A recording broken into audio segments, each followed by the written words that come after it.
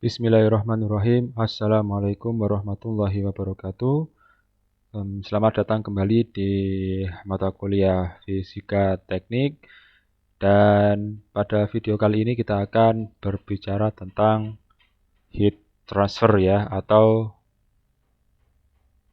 perpindahan panas ya.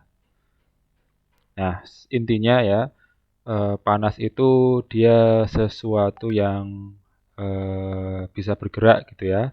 Dan pergerakan dari panas itu di secara normal ya, secara normal itu disebabkan ya karena adanya perbedaan temperatur ya.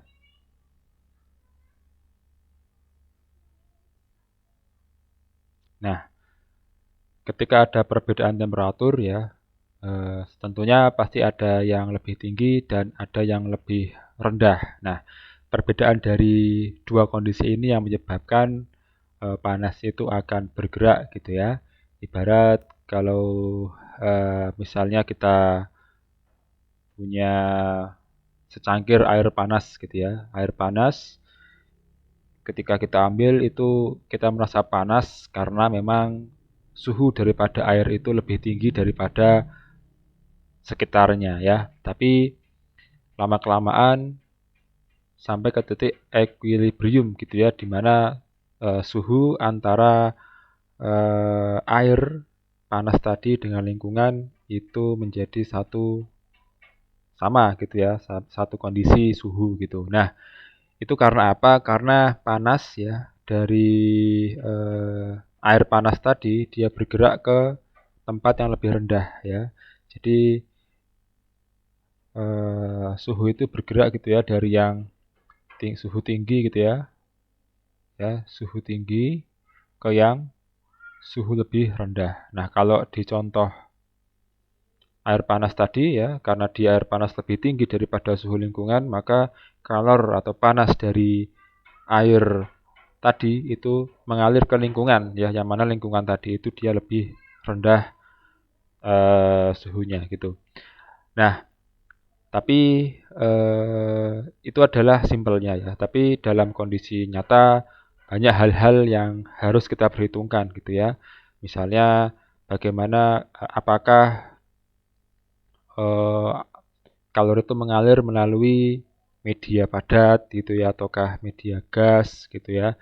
Kemudian medianya tersebut dia diam atau bergerak gitu ya. Atau mungkin bahkan tidak ada medianya sama sekali. Nah, itu kan pasti eh, gerakan panasnya bisa berbeda-beda gitu ya. Apalagi kalau bendanya juga beda ya, pasti kecepatan transfernya juga berbeda-beda. Nah, di video kali ini ya, di topik yang akan kita bahas ini nanti kita akan belajar ya, ada 3 jenis gitu ya, 3 jenis kasus ya tentang yang paling umum ya, three common ini ya, three common heat transfer ya, mekanisme. Jadi mekanisme perpindahan panas yang paling common, yang paling umum itu ada 3 ya. Yang pertama adalah konduktif ya. Jadi saya akan tulis di sini heat transfer itu ya, itu ada konduktif ya, konduktif ya, atau bahasa Inggrisnya konduktif. Kemudian ada convection ya, atau konveksi, ini adalah konduksi. Kemudian yang ini adalah convection ya, atau konveksi. Nah, yang ketiga adalah radiation ya, atau radiasi. Nah, ketiga jenis perpindahan panas ini punya sifatnya masing-masing. Nah, kita akan belajar bagaimana sifat dari ketiga perpindahan panas ini. Oke ya, kita mulai dari konduksi terlebih dahulu. Oke, kita pahami dulu ya. Jadi konduksi itu adalah perpindahan panas ya melalui physical contact ya. Jadi di sini ada istilah sentuhan kontak ya, kontak fisik ya. Kontak fisik. Nah, yang mana kontak fisik ini berarti antara benda yang panas dengan benda yang lebih dingin itu dia ada sentuhan secara langsung, ya. Nah, it occurs as molecules in a hot region collide with and transfer energy to lose in an ejection cool region. Ya, jadi kalau kita lihat lebih detail lagi gitu ya, kalau kita punya benda gitu ya. Nah, benda itu kan pasti terdiri dari atom-atom ya, atau partikel-partikel kecil gitu ya. Nah, ya intinya gini lah ya. Nah, kan kalau kita perbesar itu kan apa namanya ada atom gitu ya, ada atom satu atau partikel satu, kemudian di sekelilingnya ada partikel-partikel lainnya. Nah, temperatur itu kan ukuran gerakan dari sebuah atom gitu ya. Jadi misalnya ada benda di suhu 100 derajat, itu kan pasti atomnya akan bergetar gitu ya, atau molekulnya gitu akan bergetar. Nah, ketika bergetar gitu ya, getaran ini dia akan menabrak eh, molekul atau atom di sekitarnya ya, yang menyebabkan molekul-molekul di sekitarnya juga ikut bergerak gitu ya. Jadi ini gerakannya kenceng gitu ya misalnya ya, kemudian dia bertabrakan dengan molekul di sebelahnya dan akhirnya juga dia ikut bergetar gitu ya, sehingga lama-kelamaan getaran dari setiap partikel dalam benda ini akan sama ya, sehingga itulah dinamakan sebagai uh, suhu yang seragam gitu ya. Nah, nanti kalau misalnya di dekatnya ada benda lain gitu ya. Nah, itu kan ada kontak fisik gitu ya. Nanti atom dari fisik yang satu, benda yang satu itu juga akan menggetarkan gitu ya, menggetarkan eh, molekul ya atau partikel yang ada di benda kedua ya. Dan begitu seterusnya hingga pada akhirnya sama-sama panas gitu ya atau sama-sama dingin ya, tergantung kondisinya nanti gitu ya. Nah, tapi intinya adalah eh, kalau konduksi itu adalah kontak fisik gitu ya. Kalau secara makro atau secara besar itu dua benda yang berdekatan ya menempel. Tapi kalau secara mikroskopik ya, secara lebih detail lagi itu kontak fisiknya antara molekul dengan molekul ya, atau partikel dengan partikel. Nah, kemudian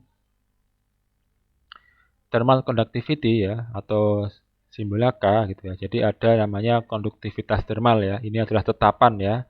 Kalau tetapan nilainya akan bergantung dari perbedaan bendanya. Jadi setiap benda itu punya nilai K-nya sendiri ya. Punya nilai thermal conductivity ya, atau punya nilai konduktivitas panas yang berbeda-beda.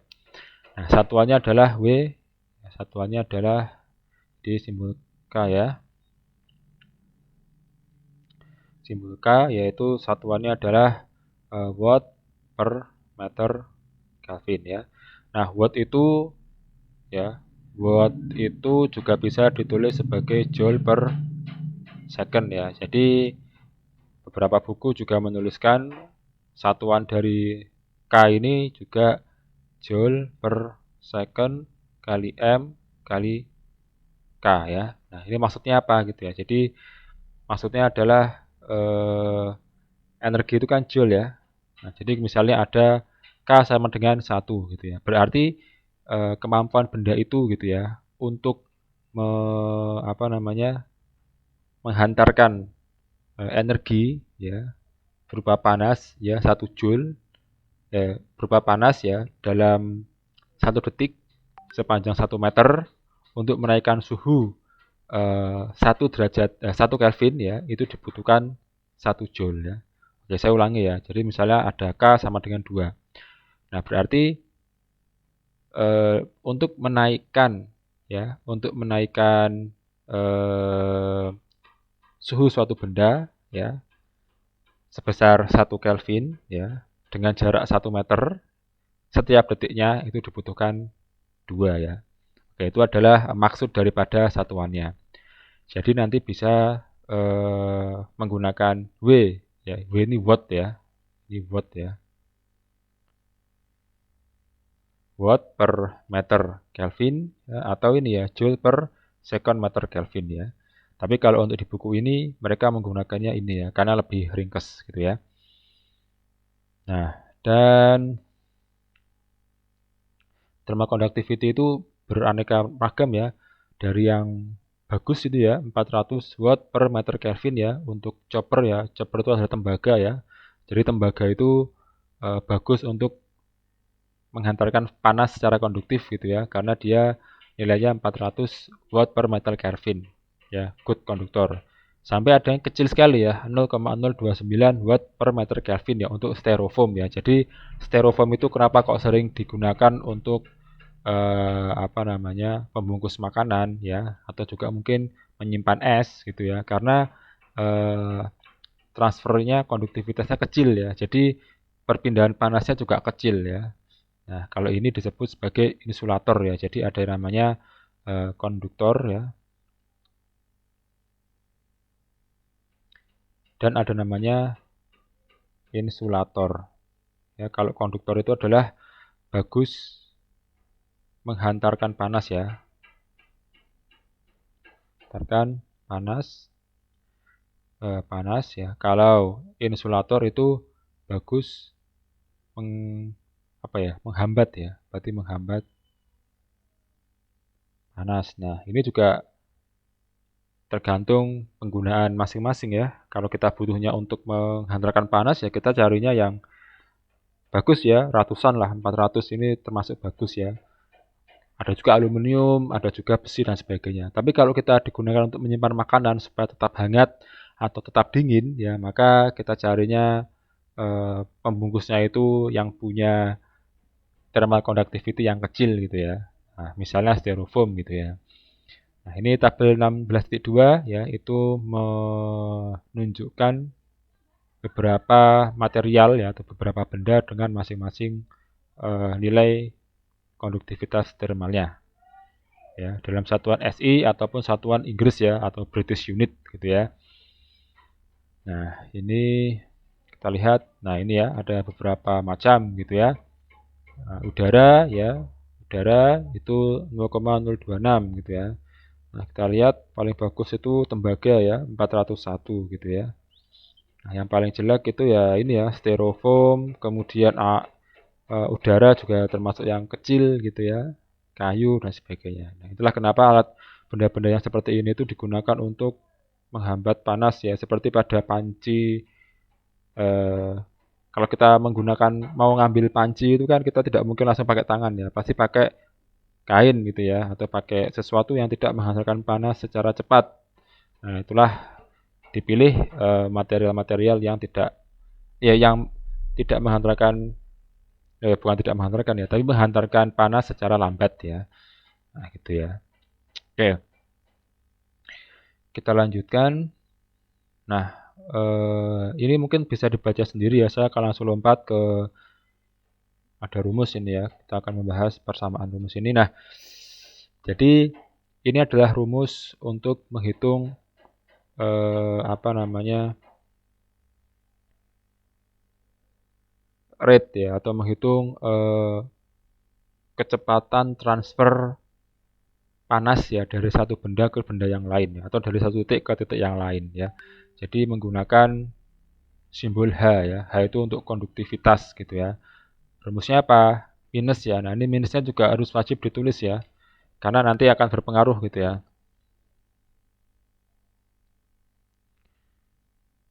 Nah, K kali A ya dibagi delta T per delta X gitu ya. Nah, K ini adalah tadi ya thermal conductivity, kemudian A ini adalah penampang ya, atau luas penampang. Jadi misalnya apa namanya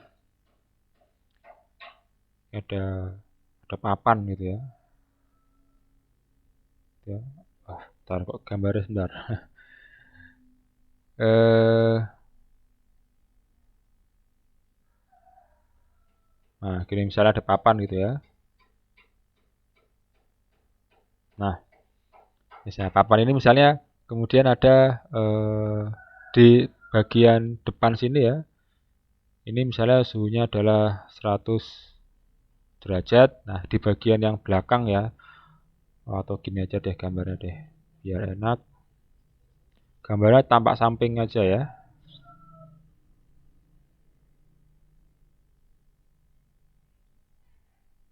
Nah, misalnya ada papan gitu ya. Nah, ini anggapnya papannya lurus gitu ya. Nah, di sini nanti akan ada namanya ketebalan ya, atau delta X ya. Ini delta X ya. Delta X.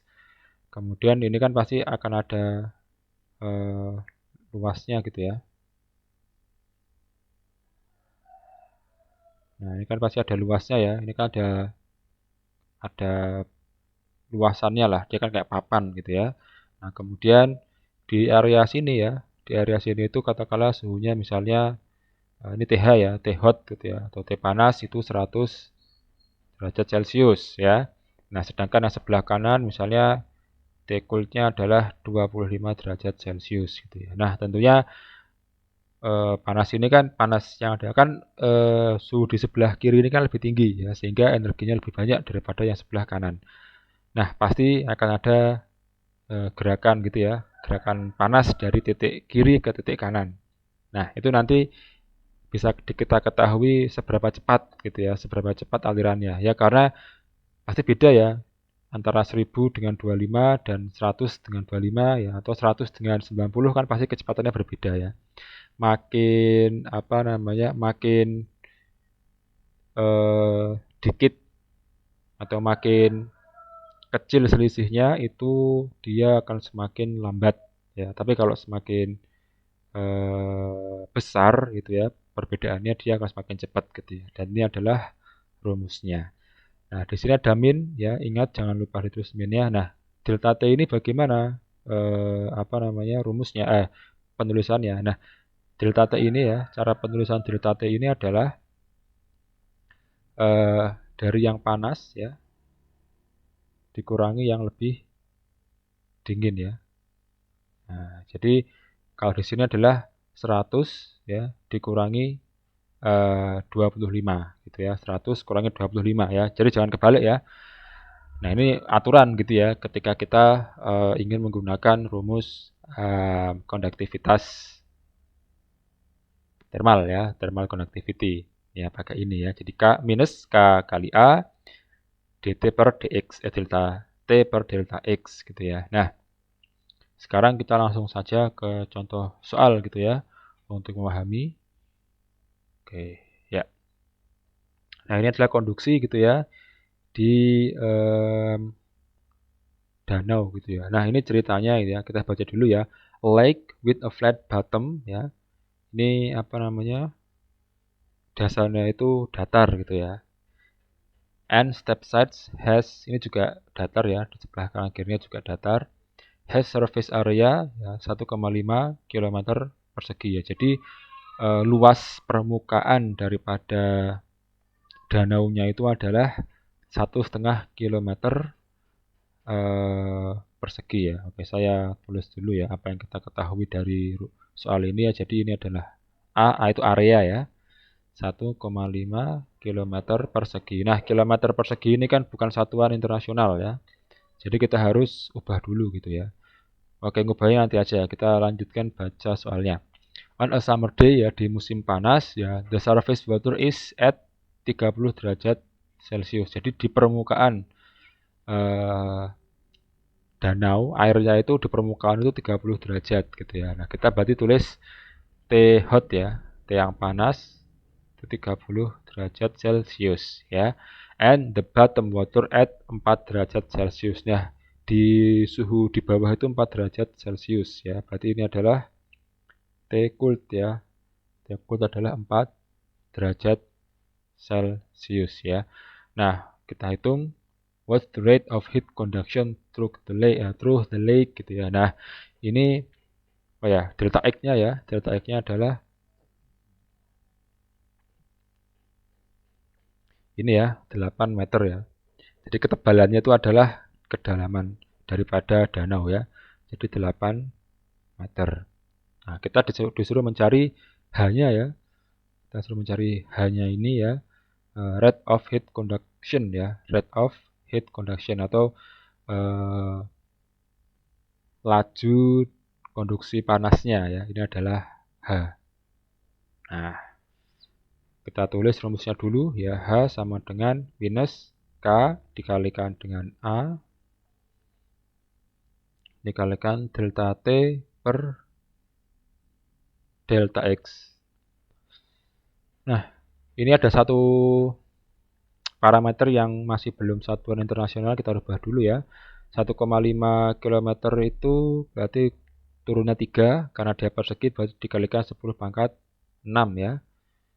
2 kali 3 ya, meter persegi. Nah, nanti yang kita masukkan adalah 1,5 kali 10 pangkat 6 ya. Jangan lupa untuk menggunakan kalkulator ini. Oke, langsung saja ya kita masukkan minus K. K-nya berapa ya? K-nya adalah K air ya. Nah, K air itu berapa?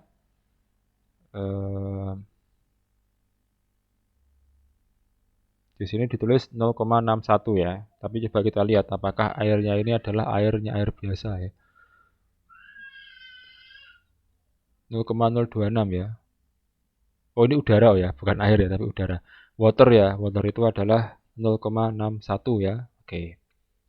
Di sini juga 0,61. Oke, kita tulis ya. Ini adalah K ya, 0,61 ya tadi ya. Nah, ini adalah K ya. Kemudian dikalikan dengan A ya. A-nya adalah ini ya. 1,5 kali 10 pangkat 6 ya. 1,5 kali 10 pangkat 6 ya. Ini adalah A-nya. Kemudian delta X ya. Nah, delta X ini adalah ya. Nah, delta X ini adalah yang panas dikurangi yang dingin ya. Yang panas adalah 30 derajat ya. Ini sebenarnya kita ubah dulu ke Kelvin ya. Berarti ke Kelvin berarti ditambah 273, berarti 303 ya. Nah, kalau ini tambah 273 adalah 277 ya. Nah, tapi kalau dikurangkan hasilnya tetap sama sebenarnya. Ini adalah Kelvin, ini adalah Kelvin ya. Berarti 303 kurangi 277 ya. Jawabannya adalah 26 ya. 26 Kelvin gitu ya. Nah, kita akan tulis di sini 26 ya, ini adalah delta T. Kemudian dibagikan dengan delta X ya. Delta X-nya adalah 8 meter. Nah, ini adalah delta X. Nah, sekarang kita langsung saja menggunakan kalkulator ya. 0,61 dikalikan 1,5 10 pangkat 6, kemudian dikalikan dengan 26 dibagi 8 ya. Saya mendapatkan 297. Nah, ini ya. 2973750 ya. Jadi sekitar 2.900.000 ya. 2.900.000 sekian watt ya. Jadi satuan daripada konduktivitas konduksi ya, H itu adalah watt ya. Nah, ini 2 juta berarti kita anggap 2,9 kali 10 pangkat 6 ya. Watt berarti sama dengan 2,9 megawatt gitu ya. Nah, minusnya jangan lupa ya, minus. Ya. Nah, di sini jawabannya 3 ya. Ya nggak apa-apa ya, karena ini dibulatkan lagi sampai pas ya. Tapi kalau hasil perhitungan ini adalah 2,9.